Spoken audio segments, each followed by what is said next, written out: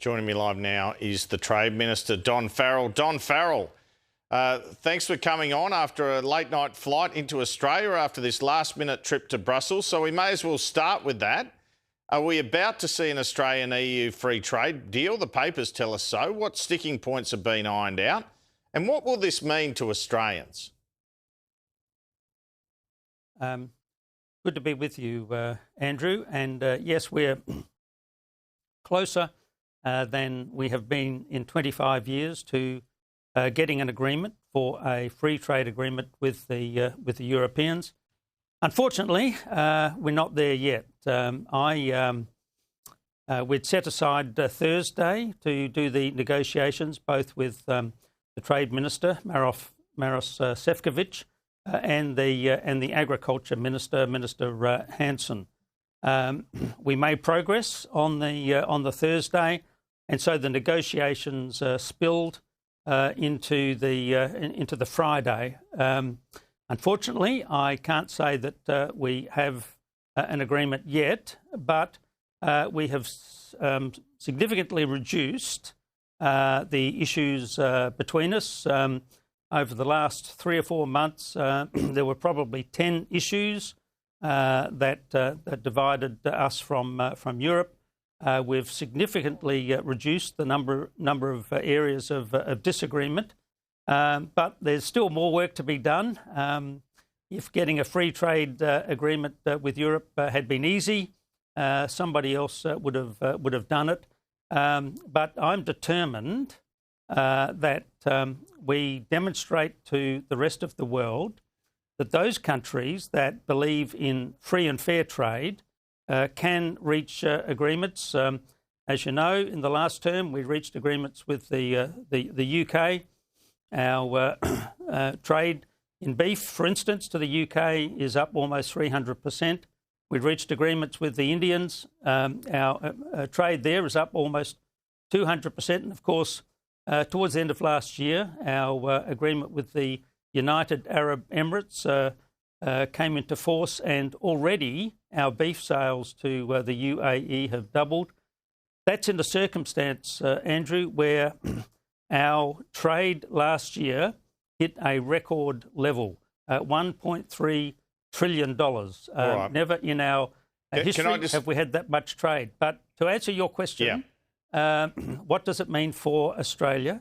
If we can reach agreement with the Europeans in the next few weeks, then we're looking at something like a $10 billion annual boost to our trade and to our business. And of course, for a country that very much relies on trade, 1 in 4 jobs rely on trade. If you're an outward-facing company, your profits are higher. That'll be very good news for Australian business. It'll be particularly good news for Australian farmers. What will be cheaper? Like the speculation cars would be cheaper.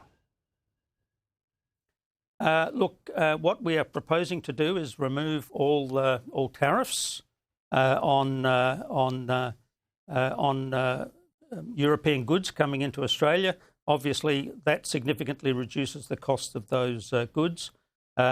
The luxury car tax is on the table, and if we can reach an agreement, that will of course be part of that agreement. But until everything is agreed, Andrew, in this game, nothing is agreed. So at this point in time, we don't have an agreement. I don't want to jinx it. So it's okay, but are all the parameters agreed, and it's a matter of Ursula von der Leyen coming out here in 4 weeks and meeting Anthony Albanese? That's what I read this morning. Is that a fair caricature of where things are at, unless they change their mind? No. It's more than that. There are still some issues outstanding. Is that over beef and lamb? Look, I'm not. As much as I'd like to do the negotiations for a free trade agreement with you, Andrew, I'm sure it would be much easier to negotiate with you than it would be, or maybe it might be harder. But no, look, I don't want to do the negotiations for a free trade agreement on Sky News as much as I'd like to. Look, I've established a really good working relationship with my counterpart, Marof Sefcovic. He was here in Australia in November last year. We made progress. We sent our officials away. They've been working busily over the last 4 months. They're still over in Europe, continuing to nut things out. I expect, in perhaps not this week, but next week, to have a further a Teams meeting with my counterpart, so that we can try and nail this agreement All down. right. Well, let's. I wish I could say. I wish I could say the agreement has been reached. It hasn't been reached. We're close. We're closer than we've been in 25 years. But unfortunately, Andrew, there's still more work to be done. This business around prosciutto, just briefly, has that been sorted at the moment? Look, I believe Feta, that issue will be all of those issues will be sorted. I have to say that was an issue that continued to be discussed very extensively on Friday. So we haven't yet resolved those issues. But as I say, I believe what they call geographical indicators, that those issues, which a range of Australian products, if we can get an across-the-board deal, we will be able to resolve those issues. But again, I say that was an issue that was extensively discussed on Friday. We still have not got agreement on that, but I'm optimistic that the enthusiasm on both sides to get a free and fair agreement will result in all of those issues being resolved. Let's move on because we've got a bit to talk about. Liberal leadership change. Susan Lee and Ted O'Brien. Quite a vanilla team in a sense. No disrespect to them. Do you see Angus Taylor and Jane Hume as more or less formidable as opponents? I should say this at the outset, Andrew. I had a good working relationship with Susan Lee, the Special Minister of State. I had significant interaction with her and her office, and I found her good to deal with. And I wish her all the very best into the future.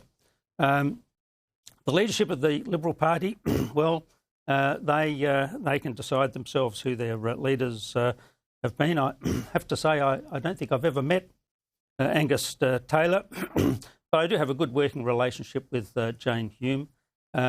I think in Australian politics it's important not only that you have a good government, and of course I think Anthony Albanese projects a sea of tranquility in an age of uncertainty, but it's also important that you have a strong opposition. I think Australian democracy, the Westminster system works best.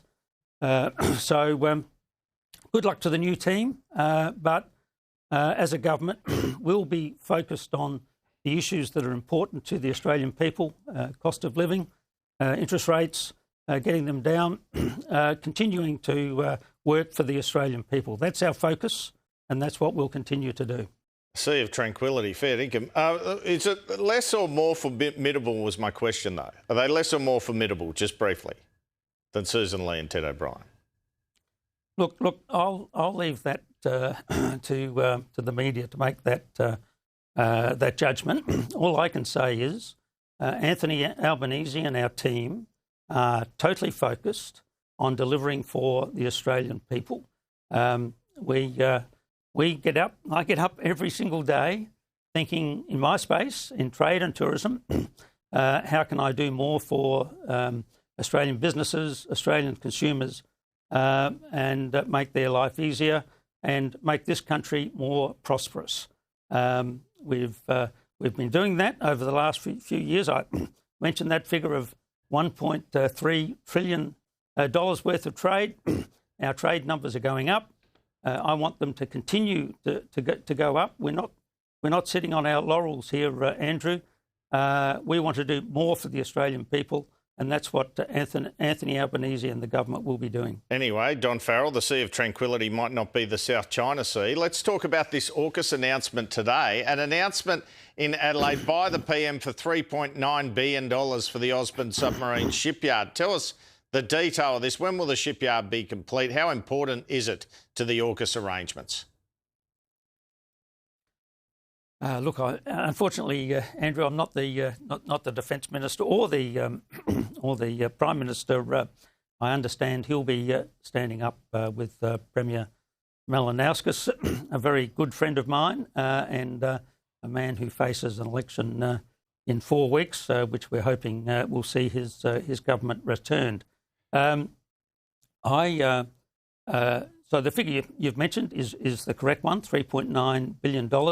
I'm sure the Prime Minister will be able to go into greater detail on that. But look, this is really good news for Australia. You know, we're progressing our defence capabilities. But more importantly, of course, it's great for South Australia. Thousands of jobs, well-paying jobs, skilled jobs, right here in Osborne, and a really good announcement, and one that I think will be supported by the Australian community. As I say, in an age of uncertainty around the rest of the world, we need to be doing our job to defend this country. Those nuclear submarines, which are going to be built in Osborne, will contribute very, very significantly to that. And it's a really good story for Australia and South Australia. Let me ask now about your Special Minister for State portfolio. A couple of expenses issues at the end of last year. We know Attorney General Michelle Rowland had to pay some costs of a family trip to Perth. Her children flew business class. Do you know what element of that trip she had to pay back? Was it for the flights in total or the business class component? And what didn't meet IPIA standards? I don't know the specifics of that, Andrew. Those issues are dealt with by IPIA. We have an independent expenses authority. We have the express purpose of dealing with these issues. They deal with those members of Parliament directly. Although I'm responsible for IPIA, I don't control what they do in a day-to-day sense, and those issues are dealt with directly between the Member of Parliament and the Independent Expenses Authority. I don't think we've had a determination yet in relation to Sports Minister Annika Wells. She referred her travel. Why is it taking so long for a determination? Do you know? Look, I don't know the answer to that question, Andrew, but IPIA are very thorough. I'm sure they're doing the job that we've given them to do. That they examine all of these issues and they deal with the ministers in this case, or the members of Parliament directly. That is not something I get directly involved in. All right, let me ask about Green Senator Sarah Hanson-Young. She finally came on Sky during the week and Peter Stepanovic asked her about her travel. It was uncovered she spent $50,000 on flights for her lobbyist husband, who many of us know, Ben Oaquist. He's appeared on Sky, so he could travel between her house in Adelaide and his house in Canberra. 78 different trips. She told Sky during the week she won't do it anymore, even though she was entitled to. Now, Anthony Albanese announced some rule changes in December, but am I to take it from that they don't change this entitlement? Should it be changed even further, the way this has been spent? I mean, in this case, it's effectively so a couple can live in 2 homes, not a situation where a child is accompanying a parent to work, for example. Look, each individual has to make their own decision about how they comply with the rules, and so obviously Senator Hanson-Young has made a determination about how she will apply the rules. The rules have changed. The entitlements or the travel arrangements have been reduced. Obviously, it's an obligation on me and every other member of Parliament to comply with those new rules. Indeed, they were changed around December 23 by the PM. Would that affect her situation? Or would she still have been able to fly Ben between Adelaide and Canberra in the entitlements? Well, from what you're telling me, I was negotiating a free trade agreement in Europe when this conversation took place, and I must admit I haven't caught up with the specifics of it since I got back at 11 o'clock last night. But Each individual, each MP has to understand the rules and has to comply with the rules. That includes me and every other member of Parliament. All right, probably no surprise I'm going to ask about you now. So you became a story at the end of last year, Don Farrell, because you spent more than $100,000 since 2022 for flights for your wife and adult kids. Can this be justified, and will the rule changes affect this entitlement? I think they will, won't they? Because your trips included flying a family member to a complimentary meal at Uluru and to a performance at the Opera House, reportedly. Why did you elect to do that? Is it a situation where, I guess, who would know the rules better than the Special Minister of State? Well, the first observation I'd make, Andrew, is that I've complied strictly with every single rule in this area, and to the best of my knowledge, nobody has said otherwise.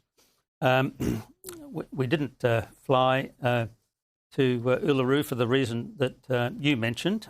As the Tourism Minister of Australia, I was invited by Voyages, the company that owns the tourist operations in Uluru, to present 18 graduation certificates to Indigenous hospitality workers, who were then going to farm out to hospitality places, hotels, restaurants in the Australian bush. And I was honoured to be invited to do that, and I was successful in presenting all of those 18 awards.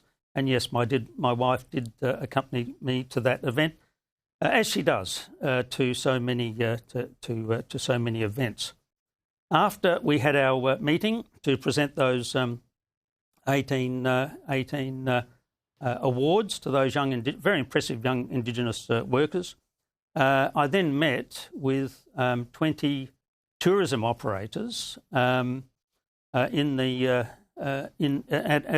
in the Red Centre, who had been struggling because of some of the events that had occurred in Alice Springs in the lead up to that. And we worked out a program to support them in rebuilding tourism. And in the lead up to the last election, myself and, well, you've asked me the question, okay, Andrew. No, I think go on. Only fair that I answer it, because there has been misrepresentation. There has been misrepresentation about what happened on that occasion. I met with those 20 operators. We came up with an $8.5 million package, which Marion Scrimgeour and I announced in the lead up to the last election.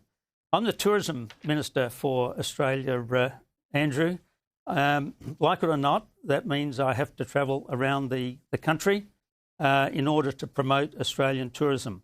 In the next few weeks, for the first time since COVID, we will have a larger number of tourists coming to this country.